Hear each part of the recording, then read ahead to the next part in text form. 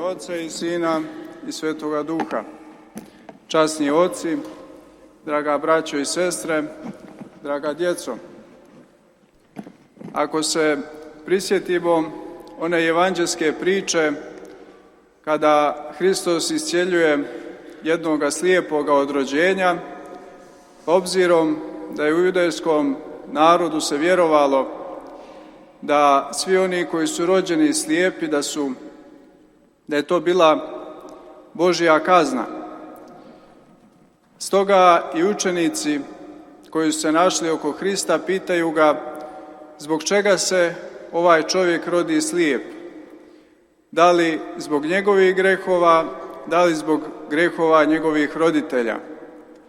A Hristos odgovara ni zbog grehova njegovih, ni zbog grehova njegovih roditelja, nego da se na njemu projavi slava Božja.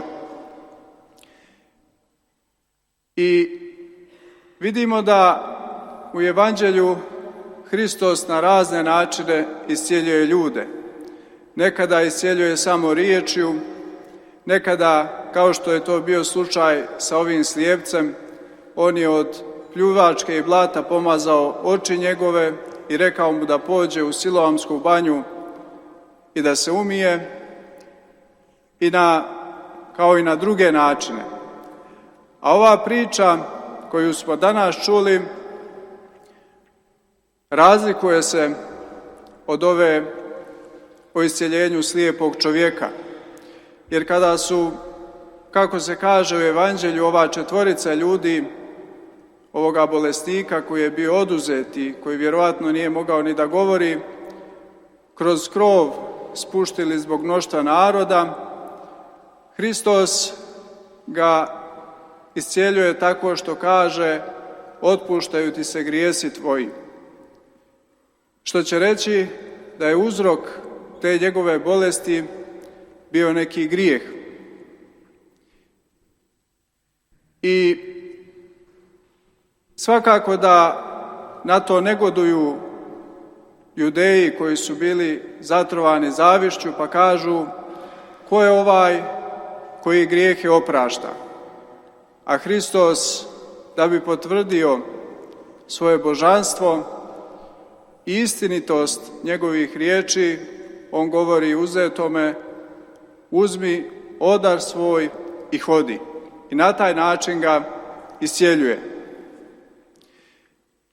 I ova priča, draga braćo i sestre, nas poučava da, kao što kaže apostol Pavle, da nas od Boga ništa ne može razdvojiti, ni smrt, ni život, niti ma kakva tvar, ali svakako da nas može razdvojiti grijeh. I budući da je Bog svuda prisutan i onda kada se čovjek odvaja od Boga grijehom, ne odstupa Bog od čovjeka, nego čovjek od Boga. Svaki put kada načinimo neki grijeh, kada učinimo nešto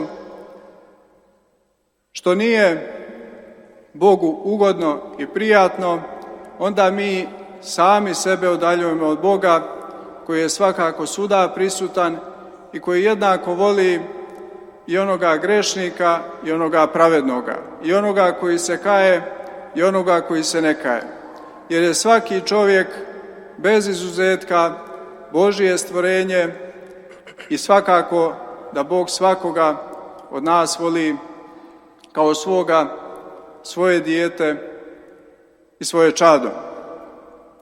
Zbog toga i ove dane časnoga i velikoga posta upravo sve je usmjereno na to da mi svoj život popravimo.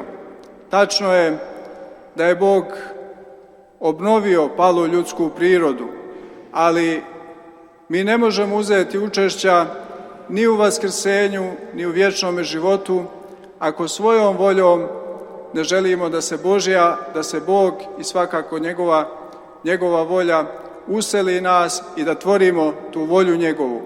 I to su plodovi te naše vjere, to jest ne možemo mi sami sebe spasiti, Bog je onaj koji spasava i koji iscjeljuje, ali svakako da Bog traži naš pristanak, da svojom slobodnom voljom se odreknemo svega onoga što je strano ljudskoj prirodi, što je strano djeci Božjoj.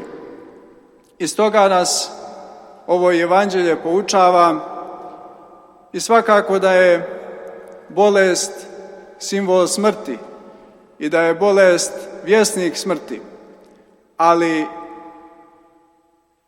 Hristos je onaj koji je pobijedio smrt i ako vjerujemo u njega i ako želimo da svoj život popravimo i da uskladimo sa onim zapovijestima njegovim, onda svakako da će on i darovati nam spasenje i vječni život. Mi također danas proslavljamo i velikog svetitelja Božijeg koji je zasijao tim evanđelskim vrlinama i koji se udostojio Carstva nebeskog, svetog Grigorija Palamu, arhijepiskopa Solunskog, koji je zbog svoje čiste molitve, čistih misli udostojio se i da sagledava te Božije krasote i lice Božije. Neka Bogu našem koji je divan u svetima svojim bude slava u vjekove vjekova, a svima vama neka je nazdravlje današnji praznik. Amin.